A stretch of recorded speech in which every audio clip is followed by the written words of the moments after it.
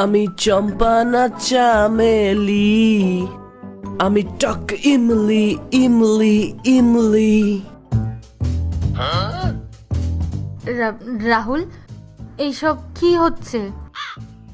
কিচ্ছু হয়নি, সবে তো শুরু, খেলা তো এখনো বাকি আছে। খেলা? মানে তুমি কিসব কথা বলছো? এই যে আমি এত হট সেজে তোমার সামনে এসে দাঁড়ালাম, এবার তুমি আমার একটা শার্ট পরে চলে আসো, তারপর তো হবে আসল খেলা। এইসব এইসব তুমি কি বলছো রাহুল? আমরা আবার কবে থেকে এইসব আলতু ফালতু খেলা শুরু করলাম বলো? কেন? তুমি তো আমাকে এক সপ্তাহ ধরে বলছিলে তোমাকে আমি মেয়ে সাজাবো মেয়ে সাজাবো, মনে পড়ছে না তোমার? আর তাই জন্য আমি স্পেশালি তোমার এই ড্রেসটা পরে পূজা সেজে চলে এসেছি। আর এখন যখন আমি মেয়ে সেজে চলে এসেছি তখন তুমি পাল্টি মারছো। দেখো পূজা, আমি কিছু জানি না, আমি যেরকম মেয়েদের ড্রেস পরে তোমার সামনে এসে দাঁড়িয়ে গেছি, এখন তুমিও যাও গিয়ে আমার শার্ট প্যান্ট পরে আমার সামনে চলে আসো। আর তারপরেই তো হবে আসল রোম্যান্স।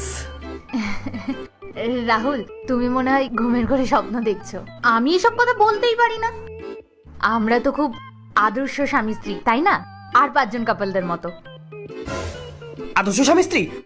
কোন দিন তুমি আদর্শ স্ত্রী হওয়ার দায়িত্ব পালন করেছো? হ্যাঁ, এই তোমার এই উদ্ভট আবদার গুলো চক্করে না আমাকে মাঝে মাঝে কিছু সেটা তোমার মনোরঞ্জন করতে হয়। এই তো কদিন আগেই তুমি আমার মাথায় ঝুটি বাঁধিয়ে গোল করে কাজলে টিপ পরিয়েছিলে কি না আমাকে বাচ্চা সাজতে হবে, আবার একটা ফিটিং বোতলও নিয়ে এসেছিলে, তার উপর ওটাতে করে আমাকে দুধও খাইয়েছো। না, শুধু দুধ খেলে হবে না, তার উপরে আবার এরকম চকাত চকাত করে সাউন্ডও করতে হবে। তাও তো আমার 14 পুরুষের ভাগ্য ভালো যে তুমি আজকে আমাকে মেয়ে সেজে আসতে বলেছো। দেখা গেল যে পরের দিন তোমার মাথায় এমন ভূত চাপলো, তুমি আমাকে বললে রাহুল যাও কুত্তা সেজে আসো। তখন তখন আমি কি করব? তখন তো আমাকে তোমার সামনে এসে এরকম ল্যাজনারি নিয়ে ভাবও করতে হবে। আরে কি প্রবলেম, গলা খারাপ? কি গলায় ব্যাং ঢুকেছে?